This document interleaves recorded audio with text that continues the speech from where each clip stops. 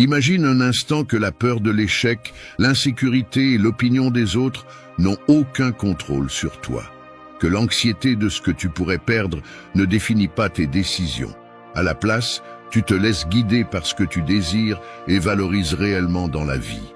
C'est le moment de faire taire ces voix intérieures qui te retiennent et d'agir avec la certitude que ton véritable pouvoir réside dans ce que tu fais et non dans ce que tu crains.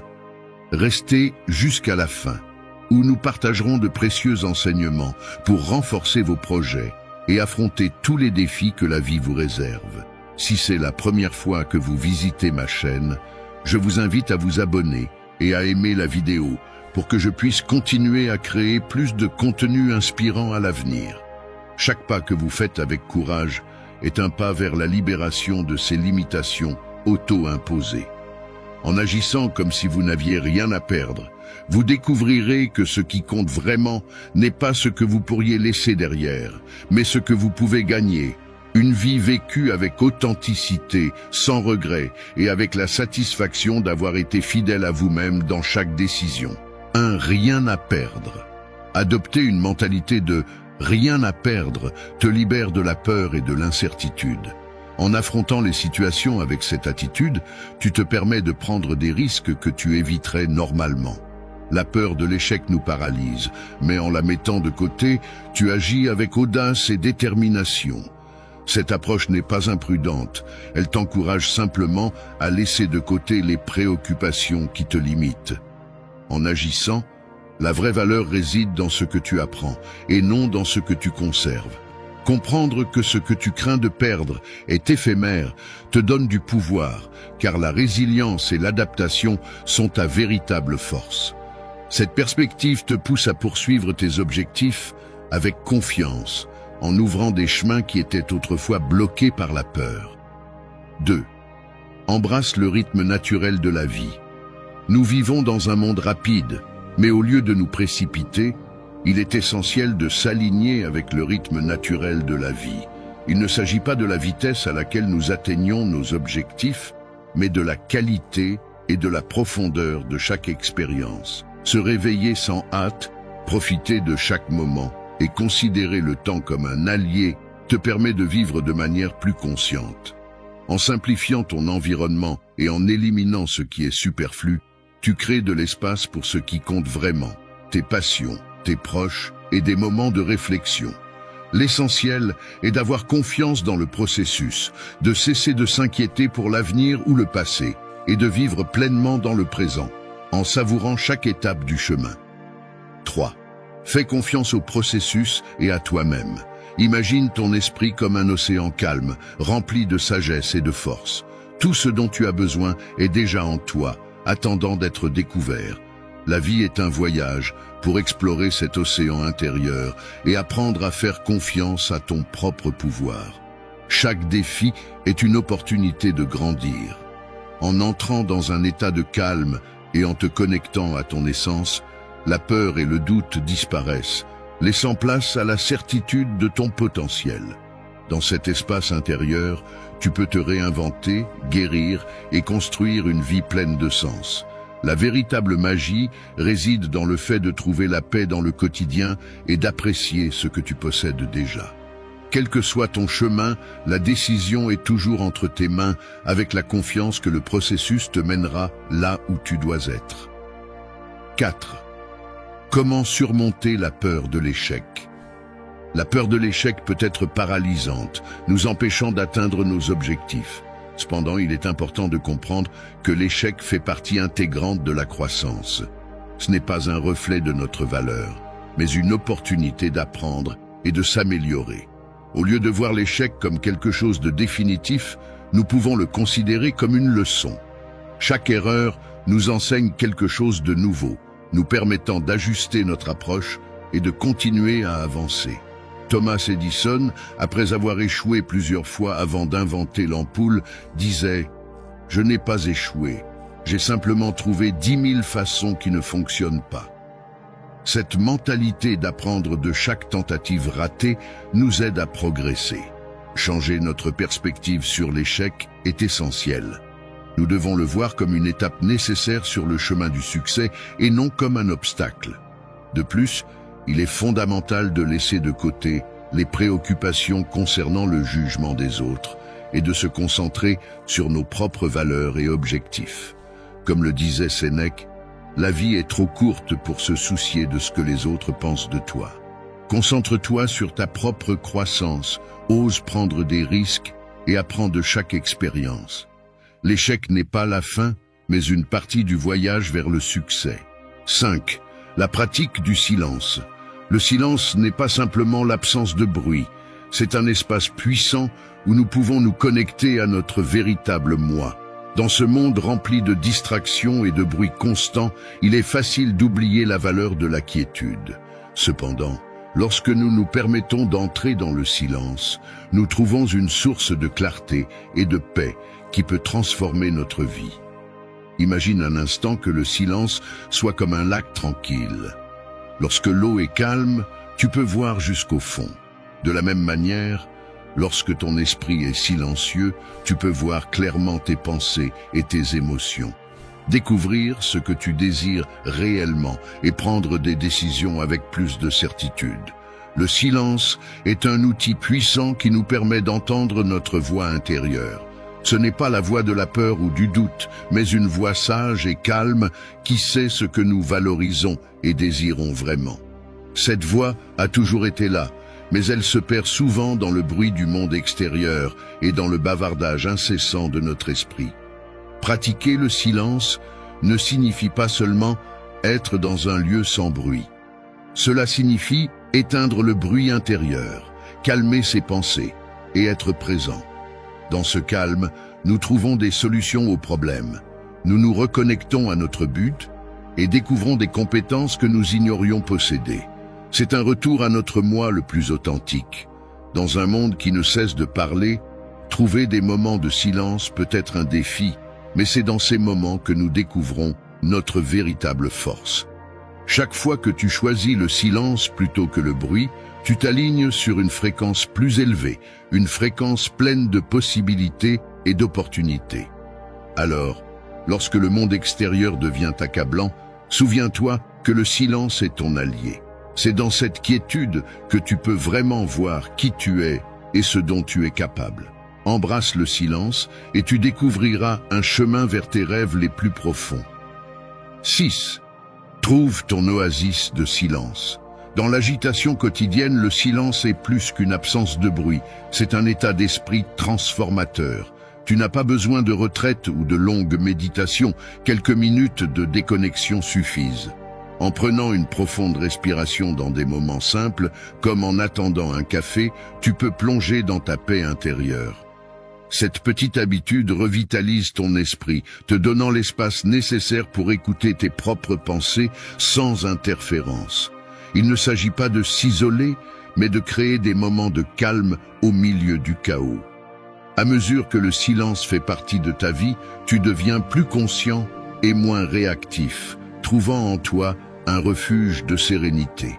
Commence avec 5 minutes par jour, en respirant calmement, et tu découvriras que le silence est rempli de possibilités et d'équilibre. Septembre. La persévérance comme moteur du succès. Le succès ne se définit pas par de grandes victoires, mais par la capacité à continuer d'avancer, quelles que soient les difficultés. La persévérance est ce moteur silencieux qui nous pousse à progresser, même lorsque les résultats semblent lointains. Il ne s'agit pas d'être le plus fort, mais d'être constant, de faire un pas de plus chaque jour, même lorsque tout semble t'inviter à abandonner. Persévérer, c'est apprendre de chaque chute et utiliser les échecs comme des leçons, sachant que le succès est le résultat de petits actes accumulés. La persévérance nous enseigne à nous adapter, à trouver de nouvelles solutions quand quelque chose ne fonctionne pas. Avec le temps, ces petits efforts se transforment en réussite, prouvant que chaque pas en vaut la peine. 8. La vie sans regret. Vivre sans regret ne signifie pas ne pas faire d'erreurs, mais apprendre d'elles.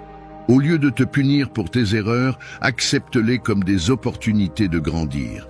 Cette mentalité te libère de la peur et du doute, te permettant de prendre des décisions avec confiance, sachant que chaque choix, bon ou mauvais, est une leçon sur ton chemin. Nous ne pouvons pas tout contrôler, mais nous pouvons contrôler notre réponse.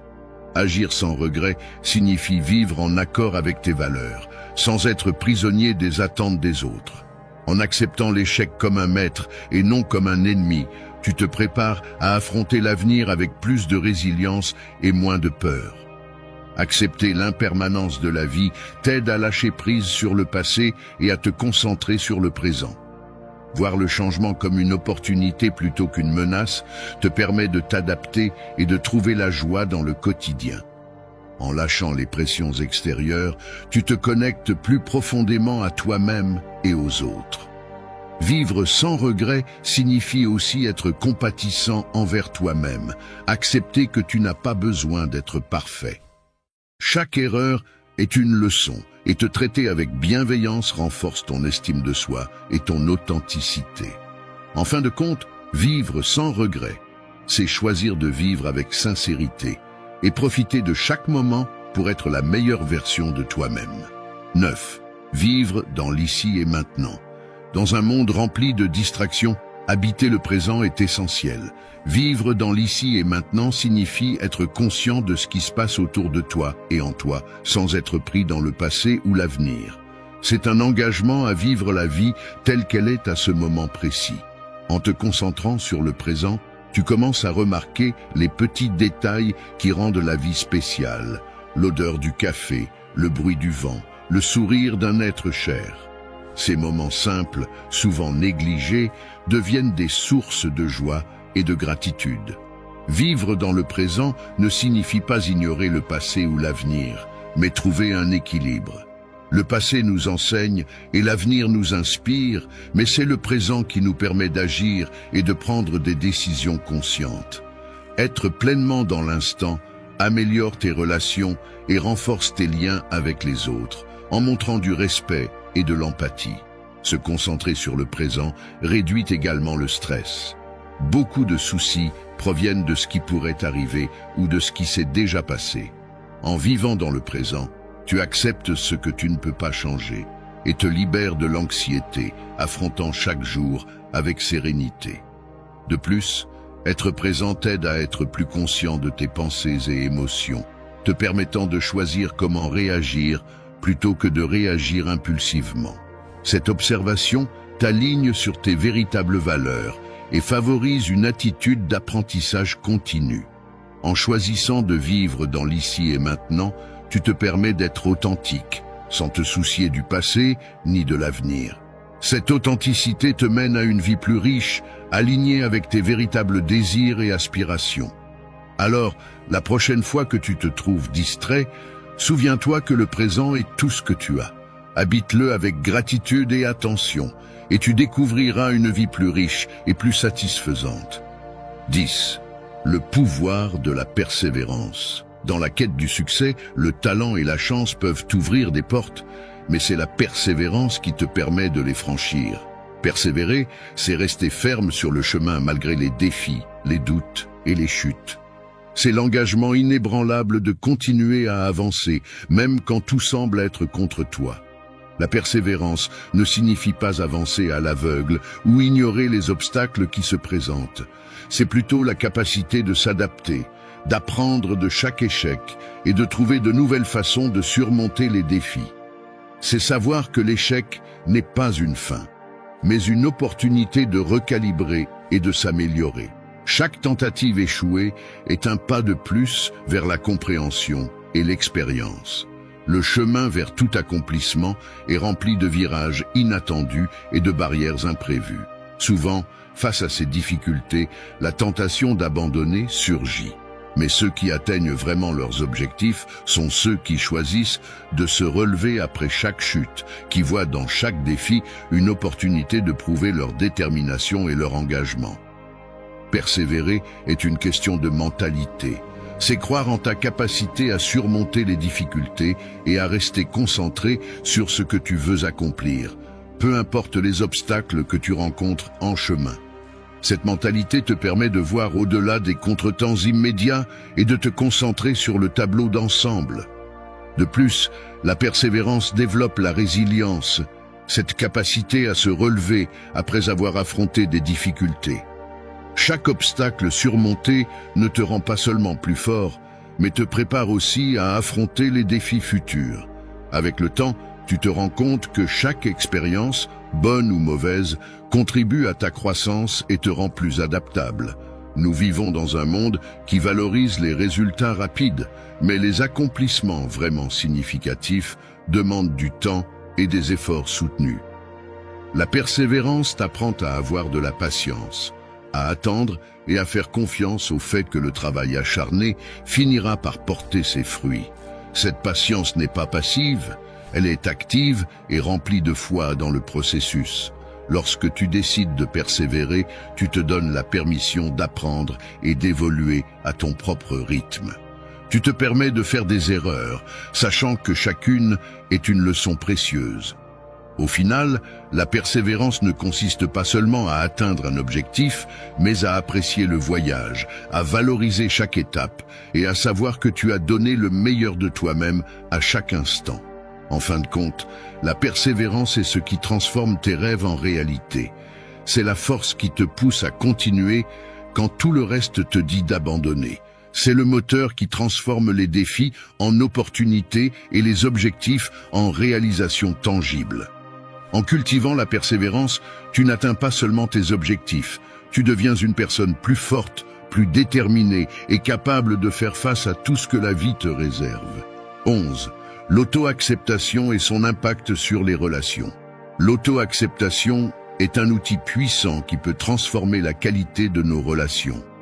Lorsque tu t'acceptes pleinement, avec toutes tes forces et faiblesses, tu commences à interagir avec les autres depuis un lieu d'authenticité et de confiance. Cette acceptation de soi te libère non seulement du poids de l'approbation extérieure, mais elle crée également un espace pour des connexions plus profondes et significatives. En apprenant à t'accepter, tu développes une relation plus saine avec toi-même. Tu ne te sens plus obligé de cacher tes imperfections ou de projeter une image de perfection. Ce changement interne se reflète dans tes relations, car les autres commencent à sentir qu'ils peuvent être eux-mêmes autour de toi. En montrant ton vrai moi, tu inspires les autres à faire de même, favorisant un climat de confiance et d'ouverture. L'auto-acceptation change également ta manière de communiquer. Lorsque tu te sens à l'aise dans ta peau, tu n'as pas besoin de réagir de manière défensive ou de faire appel à ton ego pour te protéger. À la place, tu peux écouter activement et répondre avec compréhension et empathie. Cela améliore non seulement la qualité de tes conversations, mais renforce également les liens avec ceux qui t'entourent. En t'acceptant toi-même, tu deviens plus conscient de tes propres limites et besoins. Cette connaissance de soi te permet d'établir des limites saines dans tes relations. Tu peux exprimer ce qui est important pour toi sans craindre d'être rejeté ou jugé. Ces limites protègent ton bien-être émotionnel tout en créant un environnement de respect mutuel, où chaque personne est valorisée et entendue.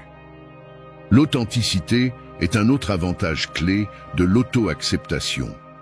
Lorsque tu cesses de t'inquiéter de répondre aux attentes des autres ou d'essayer de te conformer, tu te permets d'être toi-même. Cette authenticité attire des personnes qui te valorisent pour ce que tu es réellement, ce qui conduit à des relations plus authentiques et satisfaisantes. En étant toi-même, tu crées un espace où chacun se sent libre d'être lui-même, ce qui renforce les connexions et favorise un soutien véritable. Faire face aux conflits devient plus facile lorsque tu t'acceptes.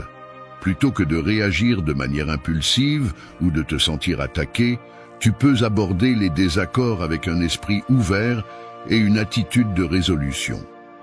En étant conscient de tes propres émotions et réactions, tu es mieux à même de gérer les conflits de manière constructive, ce qui améliore non seulement tes relations, mais t'aide également à grandir personnellement. Enfin, l'auto-acceptation apporte une paix intérieure qui se reflète dans toutes tes interactions. Lorsque tu te sens bien avec toi-même, tu ne recherches plus constamment la validation extérieure, ni ne t'inquiètes de la façon dont les autres te perçoivent. Cette confiance intérieure te permet d'être plus présent et émotionnellement disponible pour les autres, ce qui renforce tes relations et t'aide à bâtir des connexions plus profondes et durables. En résumé, l'auto-acceptation est la base sur laquelle se construisent des relations saines et significatives. Elle te permet d'être plus compatissant, authentique et communicatif, enrichissant ainsi tes connexions avec les autres. En acceptant qui tu es, tu améliores non seulement ton bien-être personnel, mais tu crées aussi un environnement positif et encourageant pour ceux qui t'entourent, les inspirant à s'accepter eux-mêmes et à renforcer leurs propres relations. 12. Comment améliorer ton image de soi?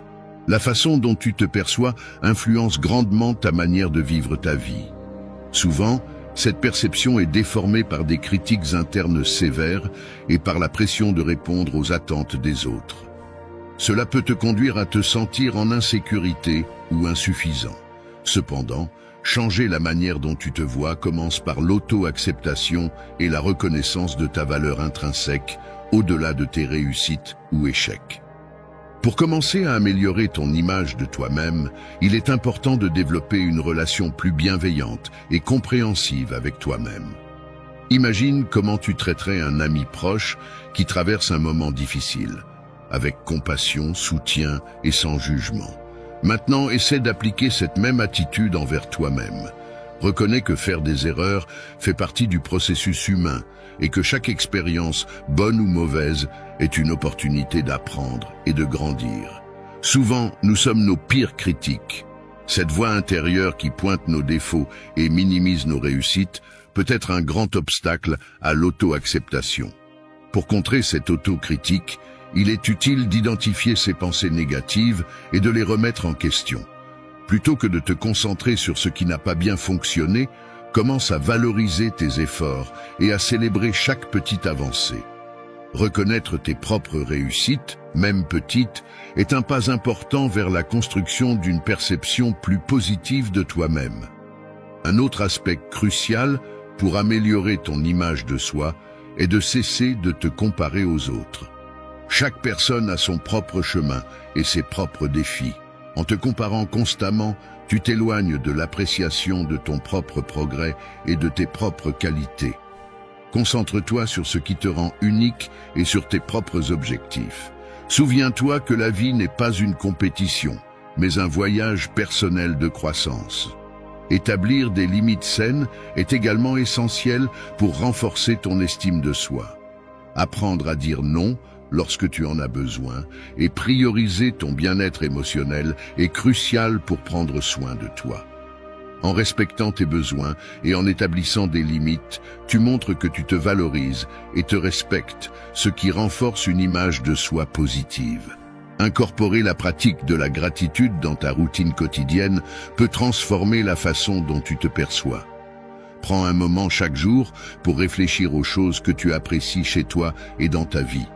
Cette pratique t'aide à focaliser ton esprit sur le positif en reconnaissant tes forces et en développant une plus grande appréciation pour ce que tu as. Les personnes avec lesquelles tu t'entoures jouent également un rôle important dans la manière dont tu te perçois. Cherche à t'entourer de personnes qui te soutiennent, qui te valorisent pour qui tu es et qui te motivent à être la meilleure version de toi-même. Les relations qui nourrissent ta croissance personnelle et ton bien-être t'aident à renforcer ton estime de toi et à voir plus clairement ta propre valeur. Améliorer ton image de soi est un processus continu qui demande du temps et des efforts. À mesure que tu apprends à t'accepter tel que tu es et à te traiter avec bienveillance, tu commenceras à voir des changements significatifs dans la façon dont tu te connectes avec toi-même et avec les autres. Ce processus enrichira non seulement ta vie, mais te permettra aussi de vivre avec plus d'authenticité, de confiance et de sens. La tristesse ne prévient ni ne demande la permission. Elle apparaît, s'installe et peut te laisser sentir que tout ce que tu fais n'a aucun sens. Peu importe qui tu es ou combien tu as accompli, personne n'est exempt de ce poids silencieux qui te fait douter de toi-même, te paralyse et te vole ton élan. Pour beaucoup, la réaction automatique est de la rejeter, de la cacher ou de faire semblant qu'elle n'existe pas, comme si l'ignorer la faisait disparaître. Mais ce déni ne fait que multiplier le poids, transforme la douleur en un mur et pire encore, te rend prisonnier de tes propres émotions. C'est ici que le stoïcisme entre en jeu comme une chirurgie sans anesthésie. Il ne adoucit pas la réalité, il l'expose. Il dit avec brutalité que ce n'est pas ce qui t'arrive qui définit ta vie, mais ce que tu en fais. Que la différence entre sombrer et en sortir plus fort réside dans la façon dont tu choisis d'interpréter chaque coup. Personne ne va te sauver de ta tristesse, c'est la vérité inconfortable. Et tant que tu ne reconnais pas que la responsabilité de ton état émotionnel t'appartient, tu continueras à répéter le même cycle. La douleur peut être un maître ou une condamnation, et cela dépend de toi. Il ne s'agit pas d'éliminer la tristesse, mais de transformer la manière dont tu l'affrontes. Si tu cherches des formules magiques, il n'y en a pas. Mais il existe des outils et des principes que tu peux appliquer dès aujourd'hui pour cesser d'être esclave de ce que tu ressens et commencer à construire de la joie, même au milieu de la difficulté. Ce que tu ne transformes pas, tu le répètes. C'est ici que commence le véritable entraînement. Moins d'excuses, plus d'action consciente. 1. Redéfinis ta relation avec la tristesse. La tristesse ne va pas disparaître simplement parce que tu l'ignores ou parce que tu te dis que tu es fort. Il ne suffit pas de se distraire ni de la déguiser en indifférence. La plupart des gens fuient leur tristesse, la cachent sous le tapis de la routine, espérant que le temps fasse le sale boulot. Mais le temps ne guérit pas ce que tu refuses de regarder en face. Alors, arrête de te mentir. Ta relation avec la tristesse est ta responsabilité. Personne d'autre ne va la guérir pour toi, ni te sauver de cette inconfortable situation que tu évites tant. Chaque fois que tu te justifies en disant que c'est comme ça la vie ou que personne ne me comprend, tu t'enchaînes un peu plus à ce poids émotionnel et tu transformes la tristesse en une habitude, en une excuse pour l'inaction. C'est dur à admettre, mais souvent tu préfères rester dans la douleur connue plutôt que d'oser la transformer. Le victimisme est confortable, mais il te vole ta dignité. Accepter la tristesse ne signifie pas se rendre ni se résigner. Cela signifie décider de ce que tu vas faire avec ce que tu ressens et cesser d'agir comme si tu étais un spectateur passif de ta propre douleur. C'est ici que le stoïcisme entre en jeu. Arrête de te demander pourquoi cela t'arrive et commence à te demander ce que tu vas construire avec ce qui t'arrive. Chaque émotion négative est un signal qu'il y a quelque chose en toi qui a besoin d'attention, et si tu la caches ou la nies, tu alimentes un mécanisme mental qui te sépare de ta propre force. La tristesse est une alarme, pas une condamnation. Il te revient de redéfinir ce lien, cesser de la voir comme un fardeau éternel et commencer à la comprendre comme une opportunité d'ajuster ta façon de vivre, de penser et d'agir. Ne tombe pas non plus dans le piège bon marché de croire que ressentir de la tristesse te rend plus profond ou spécial. Ce romantisme ne fait que perpétuer l'idée que la souffrance est ton identité. La tristesse peut t'apprendre, mais seulement si tu as le courage de l'affronter sans embellissement ni drame. Il faut une honnêteté brutale. Reconnais ce que tu ressens, nomme-le, cesse de le cacher et prends des décisions inconfortables. Je ne suis pas ma tristesse. Répète-le jusqu'à ce que tu y crois. Tu ne peux pas contrôler tout ce qui t'arrive, mais tu peux contrôler la manière dont tu te relies à tes états internes. Si tu permets à la tristesse d'être ton filtre, tu déformes tout ce que tu vois et fais. Si tu l'affrontes et apprends ce qu'elle vient te montrer, tu reprends le contrôle sur ton énergie et ta direction. Cesse d'attendre que l'humeur revienne par magie. Le premier pas est toujours de redéfinir la narration interne. La tristesse n'est pas la fin, c'est un tournant. Ta vie ne s'améliore pas si tu continues à alimenter des pensées défaitistes. Elle s'améliore lorsque tu assumes la responsabilité de réinterpréter ce que tu ressens. Personne ne va faire ce travail pour toi. Le véritable changement commence lorsque tu cesses de négocier avec tes excuses et choisis avec fermeté une nouvelle norme pour ton bien-être émotionnel. Ne te contente pas de survivre. Tu mérites d'avancer, mais seulement si tu le décides par des actes, pas par des désirs.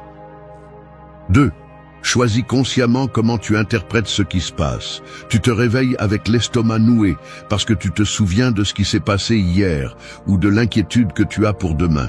Tu te lèves, tu vas aux toilettes, tu te regardes dans le miroir et là, c'est là, cette sensation que la journée commence en pente.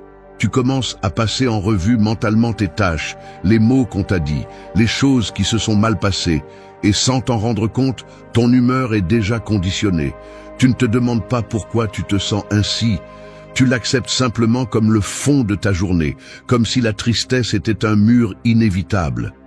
Mais personne ne t'a appris qu'entre ce qui se passe et ce que tu ressens, il y a un espace que l'on appelle interprétation, et cet espace t'appartient. Personne ne peut l'occuper à ta place. Ce que tu en fais détermine si aujourd'hui tu te noies ou tu te relèves. Si tu laisses ton esprit fonctionner en automatique, tu vas vivre en filtrant la réalité à travers le prisme de tes anciennes douleurs. Chaque mot d'autrui, chaque geste, chaque souvenir passe par un mécanisme qui décide si tu le prends comme une offense, une défaite, une confirmation de tes peurs ou une opportunité de grandir. La plupart des gens ne se rendent même pas compte de ce processus, et ainsi, jour après jour, ils renforcent le même schéma. Tu vois ce que tu t'attends à voir, tu ressens ce que tu crois mériter, et tu répètes l'histoire qui te convient le mieux pour justifier ton état actuel. L'interprétation n'est pas neutre, c'est un investissement d'énergie. Tu passes ta vie à croire que tu réagis à ce qui t'arrive, alors qu'en réalité, tu réagis à ce que tu penses de ce qui t'arrive. Et cette nuance change tout. Le stoïcisme ne te dit pas de devenir de pierre. Il te parle de liberté, liberté de décider comment tu comprends ce qui t'arrive, même au milieu de la douleur. Tu peux choisir si un échec est un signe que tu ne sers à rien ou une opportunité d'ajuster ta trajectoire. Tu peux décider si une perte est le début de la fin ou le commencement d'une nouvelle étape. Chaque fois que tu choisis consciemment comment interpréter un fait, tu diminues le pouvoir de la tristesse automatique et tu récupères un peu de contrôle sur ton humeur. Si tu ne t'entraînes pas à ce muscle mental, la vie va te traîner selon le climat émotionnel du jour. Mais si tu assumes le coup de penser différemment, tu deviens le protagoniste de ton propre processus. Je ne te demande pas de te mentir ni de peindre tout en optimisme forcé. Je te demande d'observer avec une brutalité honnête quelle histoire tu te racontes et si cette histoire te rapproche ou t'éloigne de la vie que tu souhaites. La tristesse, souvent, ne vient pas de ce que tu perds, mais de l'interprétation rigide et fataliste que tu choisis sans t'en rendre compte. Ce qui se passe est une chose, ce que cela signifie pour toi en est une autre. Et là se trouve le pouvoir. Tu peux toujours réécrire le sens. Choisis encore et encore le sens que tu donnes à ce que tu vis. Personne ne peut te ravir cette liberté. Ce n'est pas de la magie, c'est une pratique quotidienne. Change ton interprétation et ta réalité changera. 3. Entraîne ton attention dans le présent. Je reconnais que mon esprit a tendance à fuir le présent comme quelqu'un qui veut éviter de regarder une facture impayée. C'est inconfortable de l'admettre, mais j'ai cette tendance automatique à ressasser ce qui ne s'est pas bien passé, à anticiper des problèmes qui n'existent pas encore, ou à porter des scènes anciennes comme s'il s'agissait d'une sorte de dette émotionnelle que je n'ai pas encore réglée. Mon attention, sans discipline, se disperse. Une partie reste coincée dans ce que je ne peux pas changer du passé, une autre se projette dans des scénarios imaginaires de l'avenir, et ce qui reste pour le présent n'est qu'un fragment d'énergie, toujours insuffisant. Ce n'est pas quelque chose qui se produit par hasard, ni une faiblesse personnelle. C'est le résultat d'années d'habitudes mentales mal entraînées. Cela fonctionne comme un réflexe. Face à la douleur, à l'ennui ou à l'inconfort, l'esprit s'enfuit vers ce qu'il pense être un soulagement. Mais en réalité, cela ne fait que retarder la confrontation réelle avec ce que nous devons vivre maintenant. Si tu prends le temps d'analyser cela, tu verras que la tristesse se nourrit précisément de cette fuite de l'attention. Lorsque tu n'es pas dans le présent, tu deviens otage de ce qui est déjà passé ou de ce que tu crains qu'il arrive. L'anxiété et la mélancolie ne sont rien d'autre que le prix que tu paies pour être divisé entre 1000 pensées, au lieu de mettre toute ta volonté dans ce qui est réel, cet instant. Le présent n'est pas toujours confortable, ni n'a de réponse facile, mais c'est le seul terrain où tu peux prendre des décisions et transformer quelque chose. Tout le reste est spéculation qui épuise. En fait, chaque fois que tu te surprends à revivre le passé ou à imaginer un désastre futur, tu utilises ton attention, ta ressource la plus précieuse, pour renforcer des émotions qui n'ajoutent rien, elles ne font que soustraire. Entraîner l'attention dans le présent est, au fond, un acte d'autodiscipline et de respect pour ta propre vie. Personne ne va te donner cette approche, et ce n'est pas une question de répéter des phrases superficielles sur « vivre l'instant ». Il s'agit d'un travail mental conscient. Chaque fois que tu te surprends à fuir le maintenant, tu dois rediriger ton énergie, sans négociation, comme quelqu'un qui entraîne un muscle qui a été atrophié pendant des années. C'est inconfortable au début parce que le cerveau préférerait rester dans le drame connu ou la peur anticipée. Mais la réalité est que le bonheur ne se construit que lorsque tu assumes la responsabilité d'être ici, avec tout ce que cela implique. La présence est la base de la paix intérieure. Le reste est du bruit qui te distrait de l'essentiel. Si tu parviens à maintenir ton attention sur ce qui se passe, sur tes sensations, tes actions, tes véritables besoins, tu démontes le mécanisme qui alimente la tristesse chronique. Cesse d'hypothéquer ton bien-être sur la base de ce que tu ne peux plus modifier ou de ce qui n'est même pas sûr d'arriver. Être présent, c'est choisir, encore et encore, la vie réelle plutôt que les fantasmes mentaux qui ne font que fatiguer. Si tu veux retrouver la joie, commence par discipliner ton attention. La vie ne se passe que maintenant. 4. Agis, même si la motivation est minimale. Il y a des jours où la vie ressemble à une pièce dans l'obscurité, où tout semble immobile et l'air devient lourd. Tu observes l'horloge, les heures passent comme si elles ne t'appartenaient pas, et chaque mouvement semble coûter le double comme si la tristesse t'avait mis un gilet de plomb. Le corps se sent maladroit, les épaules tombent, le regard reste fixé sur un point, presque sans cligner des yeux. La motivation n'arrive pas. Elle ne répond même pas aux appels mentaux. Il n'y a qu'une inertie dense, une résistance invisible qui t'attache à la chaise, au lit ou aux mêmes routines sans âme. Mais ce que presque personne ne te dit, c'est que attendre de ressentir l'envie de bouger est un piège. La motivation n'est pas un billet d'entrée, c'est une conséquence. Personne ne se sent inspiré avant de commencer. C'est seulement après avoir fait les premiers pas que l'enthousiasme commence à se réveiller timidement, comme un muscle froid qui ne s'active que lorsque tu l'utilises.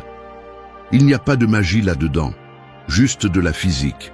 L'énergie se crée dans le mouvement, pas dans l'attente.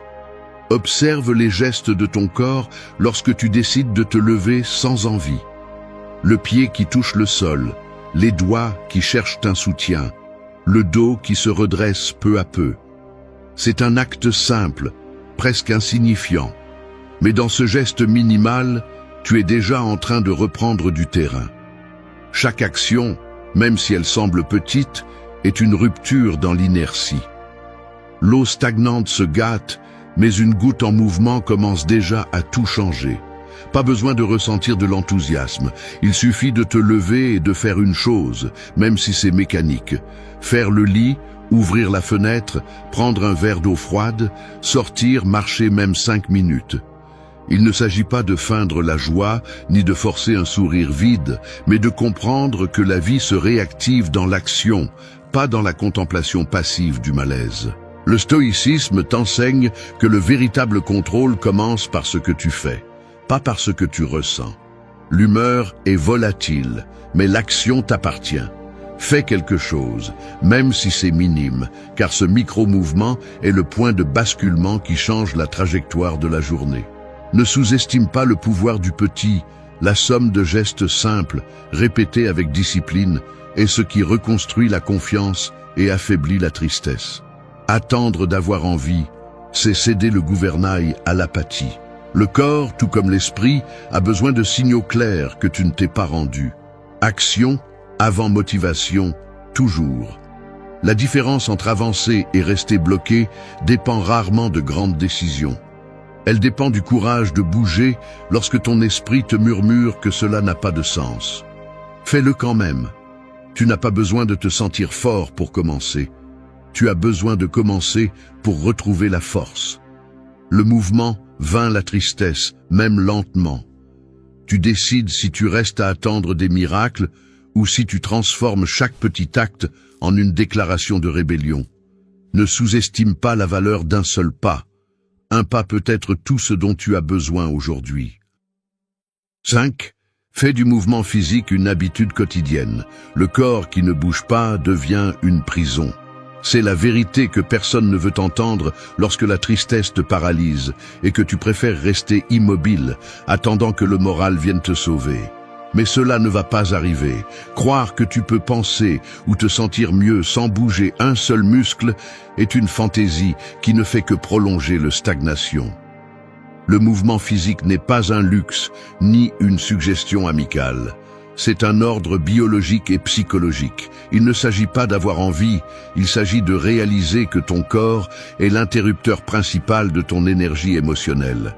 Si tu te résignes à des journées entières de sédentarité, ne te trompe pas en croyant que la tristesse est quelque chose de mystique qui vient de l'extérieur. L'inertie est la meilleure amie de la mélancolie chronique. Si tu ne bouges pas, tu te flétris, et tout le reste ne sont que des excuses qui sonnent sophistiquées, mais ne masquent que de la paresse et de l'autocompassion. La discipline du mouvement quotidien n'est pas négociable si tu veux vraiment sortir du trou. Tu peux lire tous les livres de développement personnel que tu veux, répéter des affirmations jusqu'à perdre ta voix, parler sans arrêt de tes intentions de changement. Rien de tout cela ne remplace le signal brutal et direct que ton cerveau reçoit lorsque tu décides d'utiliser ton corps, même sans aucune envie. Chaque pas, chaque étirement, chaque exercice est une déclaration de guerre contre l'habitude de te laisser sombrer dans ta propre torpeur. Tu n'as pas besoin d'équipement de gym ni de routine héroïque. Tu as besoin de courage pour te lever, même si c'est juste pour marcher 10 minutes, même si tu n'arrives qu'à t'étirer sur le sol et à sentir le poids de ton corps. Ce qui compte, ce n'est pas l'intensité, c'est la régularité. Tous les jours, sans négocier, même si c'est minime, même si tu ne vois pas de résultats immédiats. La constance tue la paralysie. Arrête de te vendre l'idée que tu es une victime de tes émotions lorsque tu n'es même pas capable de discipliner ton corps. Le mouvement physique est le pont entre l'esprit et la réalité. Si tu ne le traverses pas, tu restes piégé dans des théories et des fantasmes de changement qui ne se produisent jamais.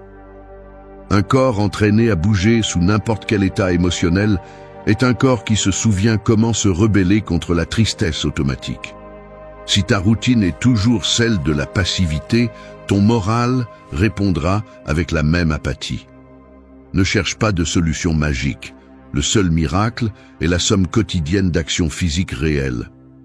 La douleur du premier mouvement est plus légère que la douleur de rester immobile. Assez de te justifier avec des histoires de fatigue éternelle ou de manque de motivation. La fatigue que tu ressens est souvent juste le prix à payer pour maintenir une routine qui ne défie ni ta biologie ni ton caractère.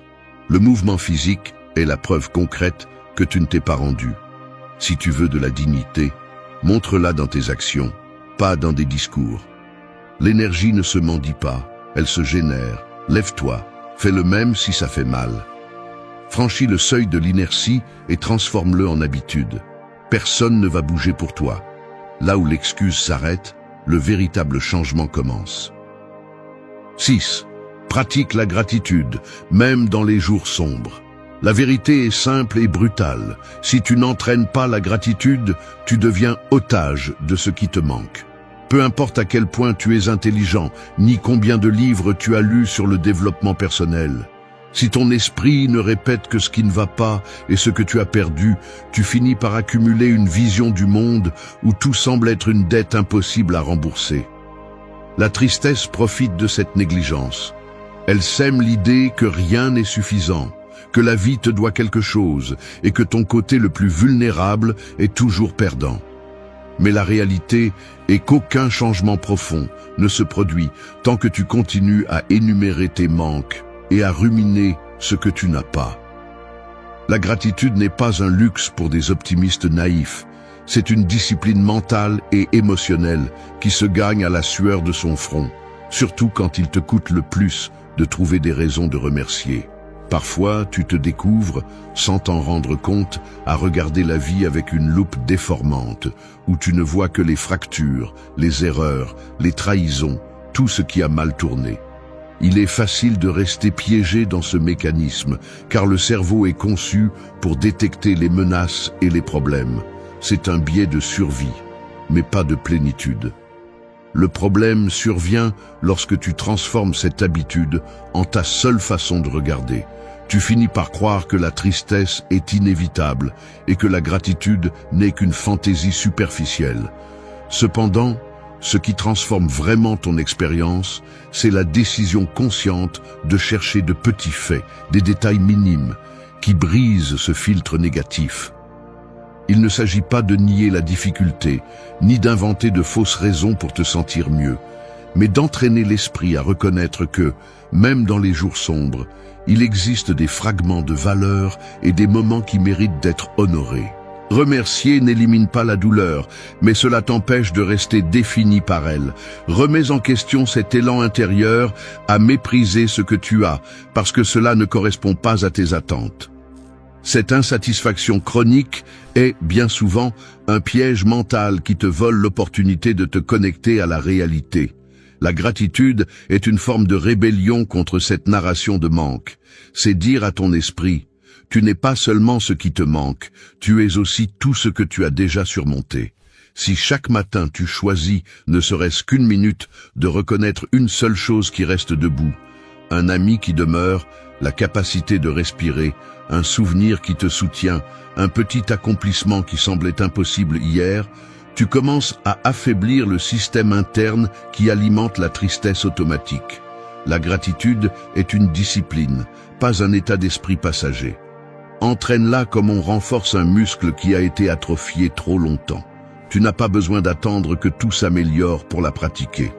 En fait, les jours les plus difficiles sont ceux qui l'exigent le plus.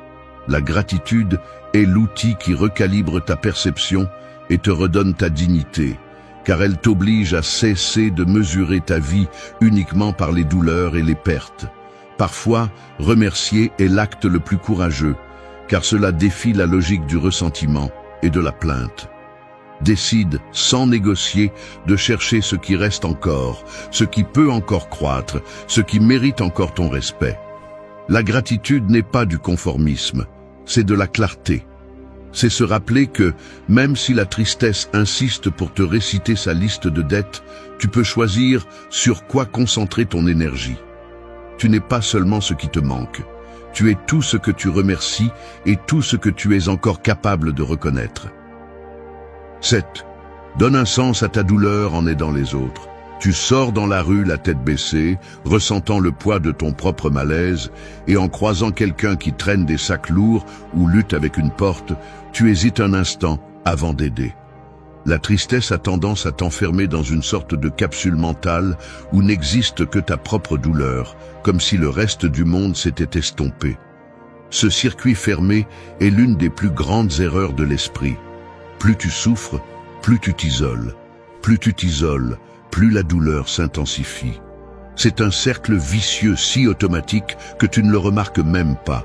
Mais si tu l'analyses de près, tu verras que la tristesse te pousse à te regarder le nombril et à chercher des raisons pour justifier pourquoi ta souffrance est spéciale, différente, presque intouchable par la réalité des autres.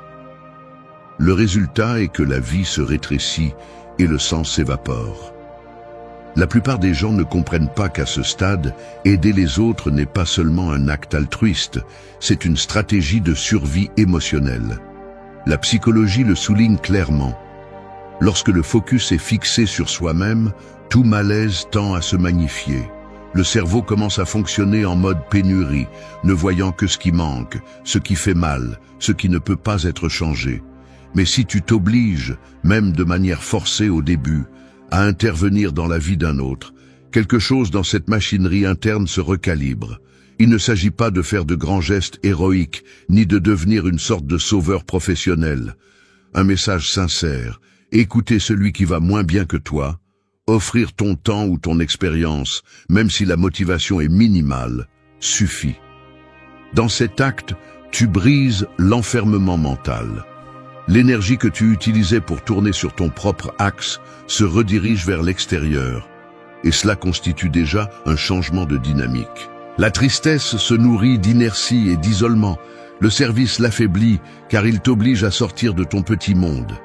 Personne ne guérit complètement seul, mais aider les autres est le pont qui relie ta douleur à un sens plus grand. Le stoïcisme ne parle pas de se sacrifier jusqu'à l'épuisement, mais d'utiliser la douleur comme matière première pour quelque chose d'utile. Si tu attends seulement de te sentir bien pour aider, tu n'agiras jamais. La douleur qui n'est pas partagée se gâte, devient ressentiment ou auto-indulgence. Mais lorsque tu décides, consciemment, de transformer ton inconfort en action concrète envers l'autre, tu convertis un état passif en une déclaration de pouvoir. La douleur partagée perd de sa force. C'est la différence entre sombrer et grandir. Chaque fois que tu détournes ton regard de ton propre drame pour reconnaître la souffrance d'autrui, ton esprit entraîne une compétence fondamentale, la résilience altruiste.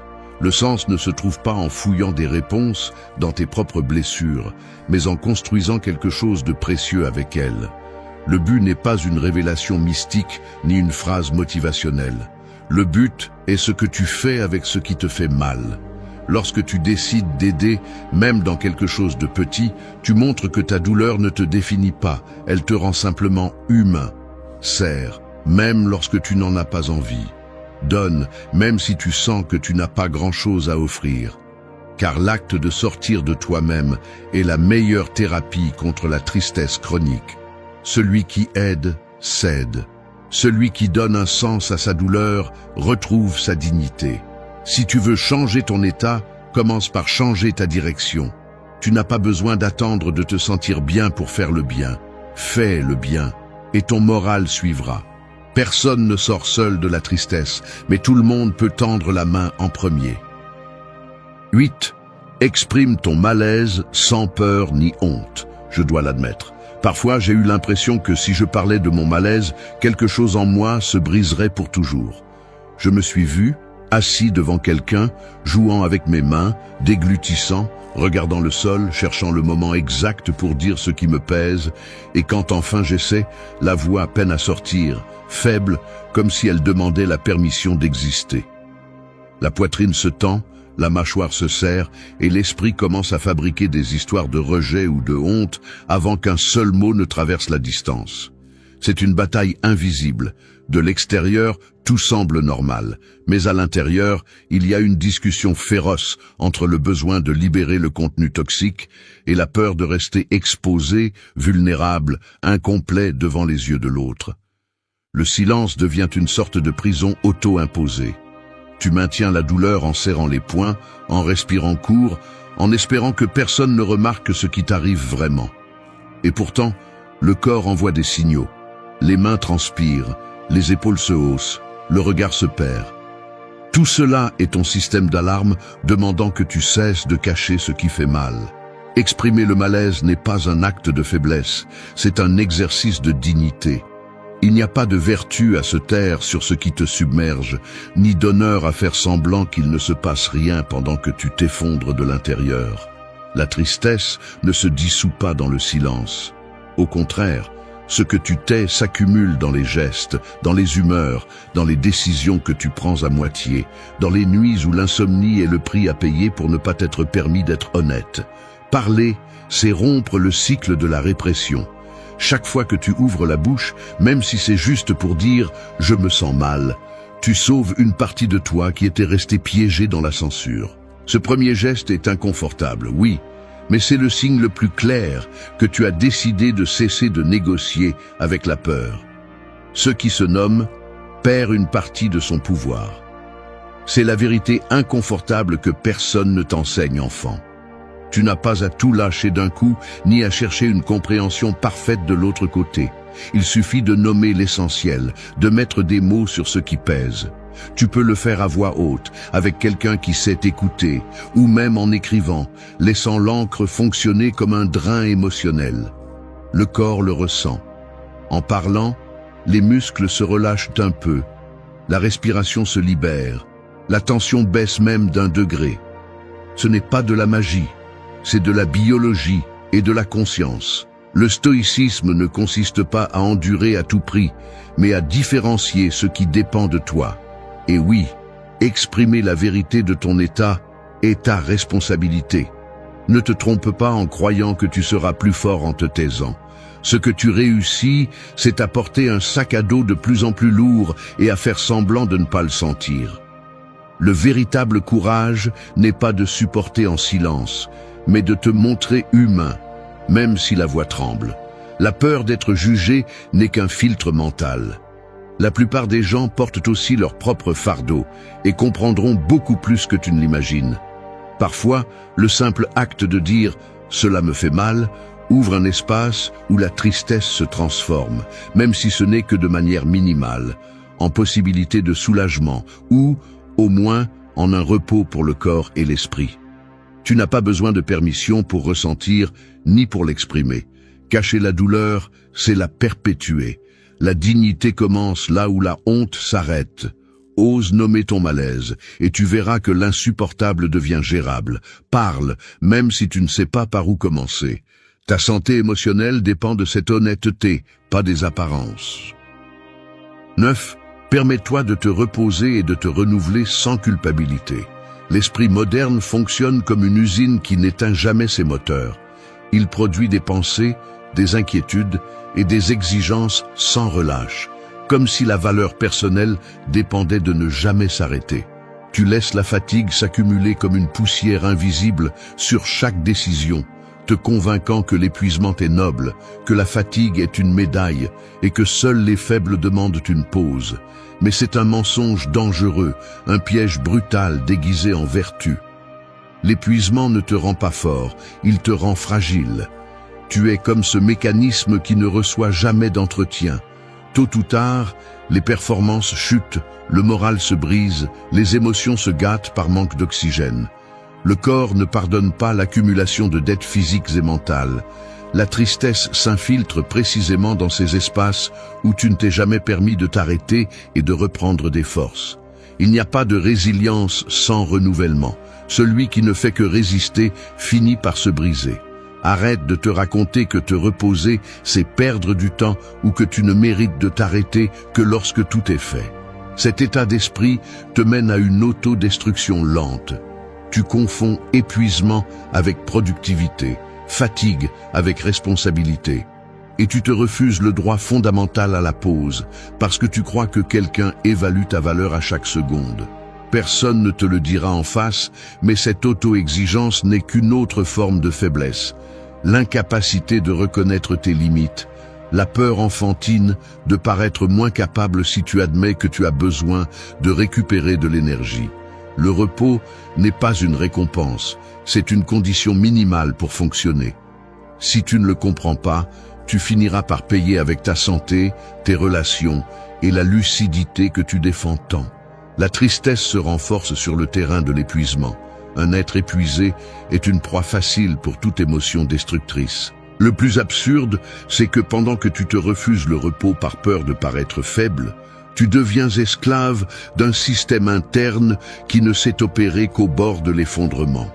Il n'y a pas de dignité dans la performance sans pause. Il n'y a que de l'épuisement déguisé en héroïsme bon marché. Celui qui ne sait pas s'arrêter ne sait pas avancer. Repose-toi, même si ton esprit résiste. Fais le même si tout en toi crie que tu n'as pas le temps ou que la vie n'attend pas. Si tu n'entraînes pas ta capacité à relâcher le rythme, ton énergie devient toxique et la joie se transforme en un lointain souvenir. Permets-toi la pause, car sans elle, il n'y a pas de renouvellement, seulement une répétition fatiguée des mêmes erreurs. Le repos conscient est un acte de bravoure dans un monde obsédé par l'inertie.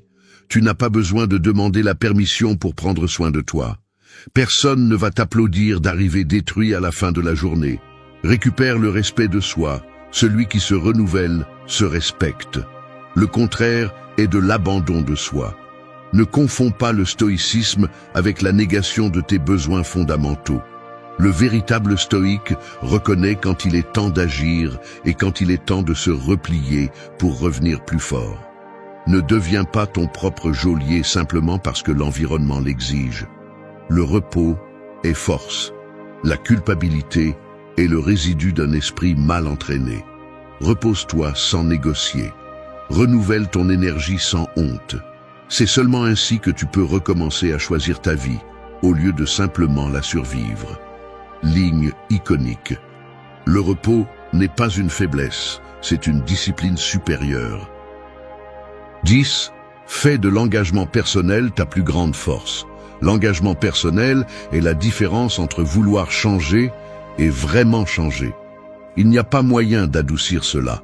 Si ta parole envers toi-même a peu de valeur, toute technique, tout livre, tout conseil finit par n'être que du bruit de fond. Ce qui sépare la résignation de la transformation, c'est ce pacte silencieux et brutal de ne plus négocier avec tes excuses. La plupart d'entre nous veut se sentir mieux, mais n'est pas prête à supporter l'inconfort quotidien que demande la véritable amélioration.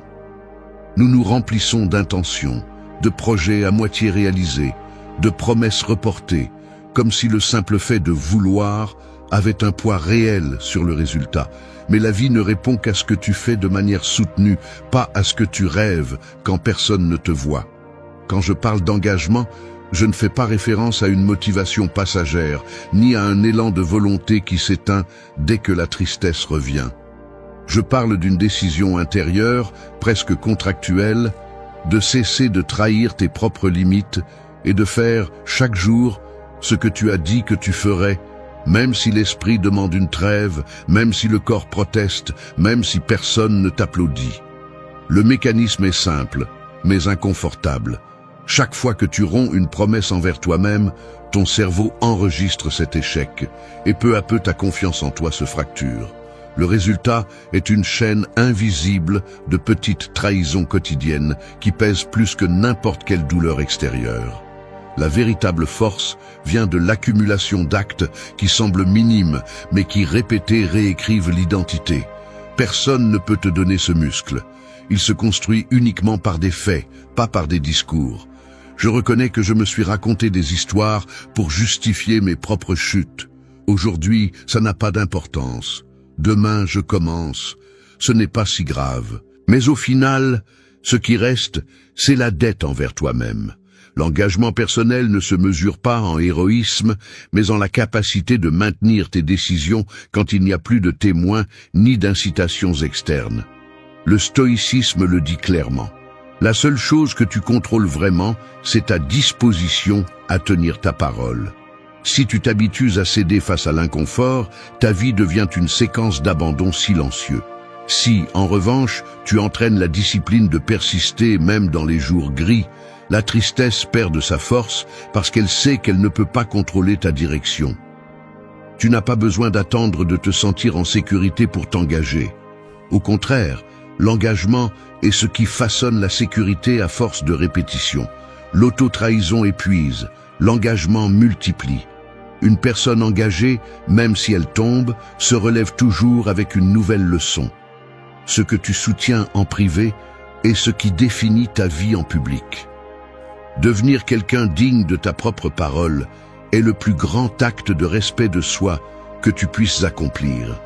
Il n'y a pas de liberté sans engagement. Ton destin change le jour où tu décides que, quoi qu'il arrive, tu ne vas pas abandonner le chemin que tu as choisi.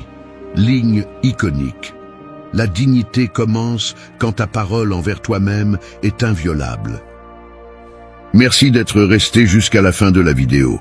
Si vous avez tout vu, commentez « Je suis stoïcien » comme notre signe secret indiquant que vous êtes un véritable apprenant du stoïcisme. N'oubliez pas de vous abonner et de liker la vidéo si elle vous a plu. Rendez-vous dans la prochaine vidéo et rappelez-vous, continuez à cultiver votre esprit stoïque.